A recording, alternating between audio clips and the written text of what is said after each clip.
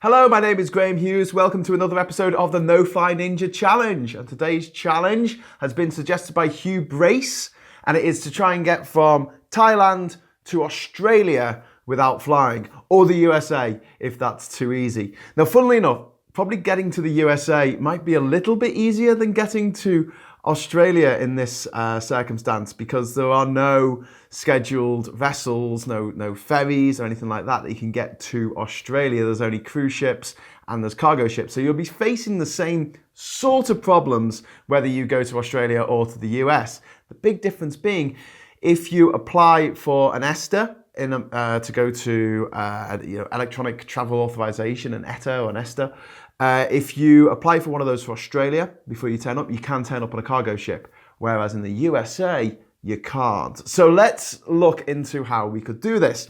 We'll start in Thailand. I've got my computer this time so we can actually show you on the screen where I'm talking about. You'll start in Bangkok. Now, from Bangkok all the way down to Singapore, there's trains, there's buses you can take. It's a really easy journey. It's not difficult at all, and you don't need visas for Thailand, you don't need visas for Malaysia, and you don't need a visa for Singapore. So you get to Singapore. Now, let's pretend that we're going to America. You would get a boat from Singapore. That's how you would do it. Nearly all of the world's shipping traffic that goes anywhere near the Straits of Malacca, so anywhere coming from the Suez Canal across to over to China or over to Vietnam or anywhere on that coast, they'll stop at Singapore. Anything coming up from Australia will stop at Singapore. Anything coming over the Pacific to, say, India will stop at Singapore. Singapore is huge for shipping. If you want to try and get on a cargo ship, that's probably your best bet. It's not easy getting on a cargo ship. You've got to get permission from the owners of the vessel, which might be one company in, say, Greece, the charterers of the vessel, which might be CMA CGM or Maersk or Hamburg Sud. Then you'll need permission as well off the master, the captain of the vessel. Sometimes you need permission off the management company of the vessel, which might be in Britain. And finally, you need a sign off by the port agent in the country that you're in. It is a huge process. And little bits of advice that I could give you for getting on a cargo ship. Realistically, you can get on nearly all of them so long as you're willing to pay. By all of them, I mean all of them that accept passengers, or supernumeraries as they'll call you. But if you are on a charity expedition or you're trying to set a Guinness World Record or something like that, you're more likely to be able to sweet talk someone into letting you on the ship. The best people to talk to are the charterers, because they're the people who operate the ship day to day, and they're the ones who plan the routes and all that kind of stuff. If you get permission off the charterers, it's easier to get the permission from the owners and the master of the vessel and everybody else. So that's what you'll do from Singapore. However, as I've just said, you can't get a visa on arrival in America, and they won't let you use your ESTA to get into America on a cargo ship. I don't think they weren't allowing that 10 years ago, and I don't see why they've made it any easier since then.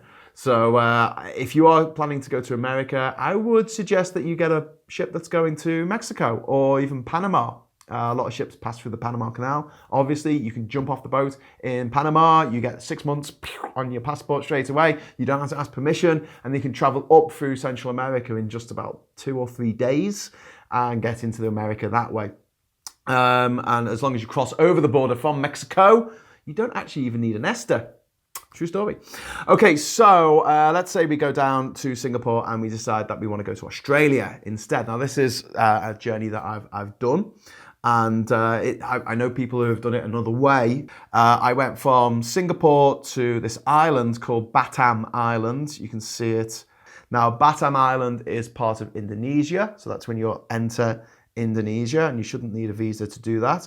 And once you're in Batam Island, you can go on the Pelni ferry website. Now, Pelni are the ferries that run all the way to all the islands, pretty much. Well, not all 10,000 of them, but all the big islands in the Indonesian chain of islands in the archipelago. And so from Pulau Batam, you can get a ship that takes you to Jakarta, the capital of Indonesia, which is on the island of Java.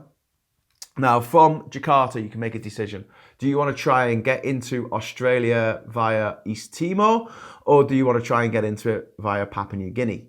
The easier one of the two is East Timor.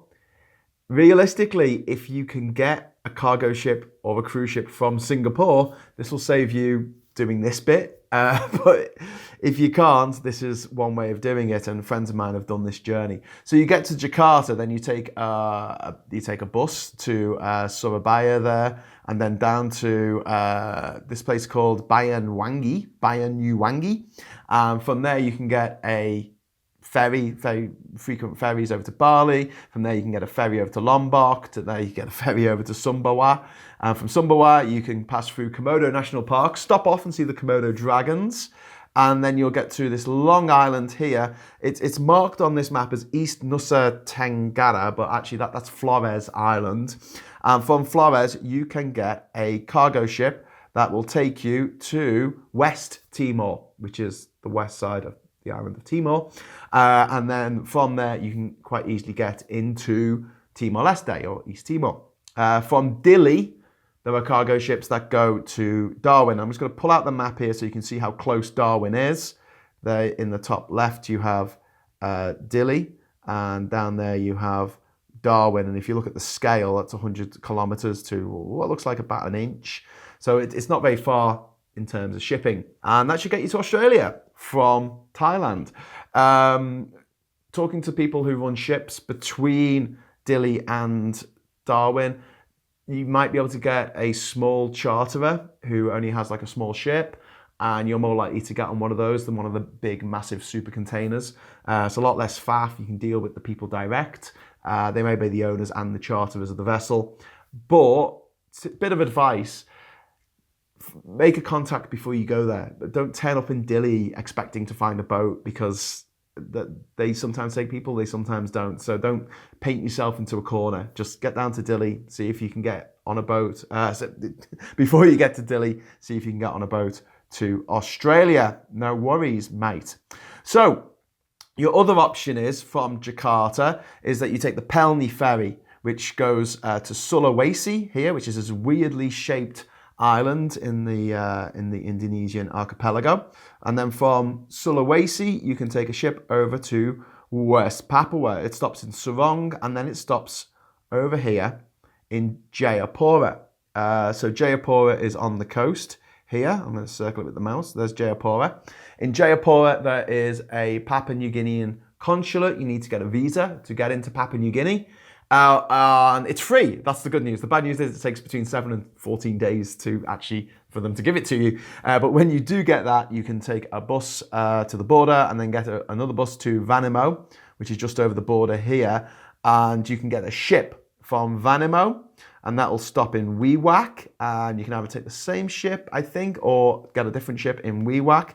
And that will take you down the coast all the way down here to a place called Madang, which I'm just circling with the mouse there. You can't take a car on that journey.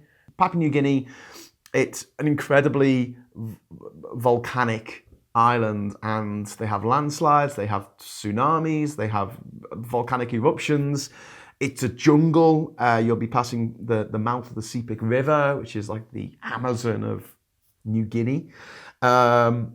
So the only sensible way of doing it really is by taking a ship, and it's an overnight journey to Wewak, and it's another overnight journey to Madang. And they're quite comfortable. After going on the Pelni ferries, you might appreciate it. Don't know. Anyway, so from Madang, fortunately, there is a road from Madang which will take you from Madang. So if I go measure distance, Madang down here along this windy road to a place called Lae. Now, Lae is the second biggest city in Papua New Guinea, and it is where a lot of the ships that come to and from Papua New Guinea will stop in Lae, and they will often go to the Solomon Islands, which are the neighbouring islands there, but a lot of them go down to Australia, and you should be able to find a ship that is going to Townsville. Townsville, not a very big port. What you're probably best doing is looking for something that's going to Brisbane. Brisbane has a huge shipping port, and there are lots of ships that go down to Brisbane. and that will get you into Australia. The other thing in Lae, there is a marina in Lae, so you might be able to get on a sailing boat that will sail you to Australia. To be honest with you, if you're going to take the sailing option, go via East Timor. It's a lot less distance, and Papua New Guinea is quite rugged. I really enjoyed myself while I was there. I was only there for 2 weeks, but while I was there was a plane crash, a riot, a massacre, an earthquake, a tsunami warning, and I was only there for 2 weeks. So by all means, I think it's a really cool place. I would go back in a heartbeat. But a lot of people might give it a bit of a swerve, especially if they're traveling with children. So there you go. That's how Hugh could get from Thailand over here, through Malaysia, through Singapore, through Indonesia to Papua New Guinea or to East Timor, and then down into Australia. So that's it. That's how Hugh could do that journey. I've just got a little announcement to make. If you're thinking of getting an electronic copy of my book for your Kindle or whatever, just hold your horses. Don't get it. Just don't get it yet. There's something really, really cool coming later this week, and you'll appreciate it. So just don't get the electronic copy yet. If you want a print copy, it is available on Amazon and other online retailers, so you can get it delivered. And if you want to leave me a message asking about a signed copy, I can sign one for you and send it anywhere in the world, so long as you pay the postage and packing. And just leave me a message in the comments below saying, hey, Graham, I'd like a signed book, and we'll sort that out for you.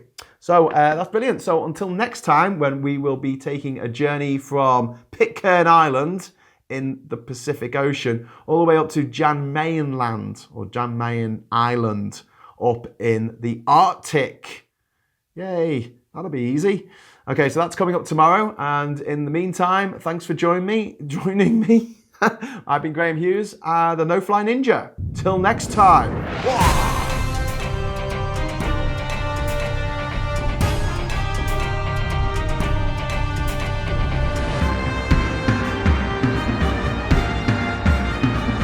I've got to stop doing this.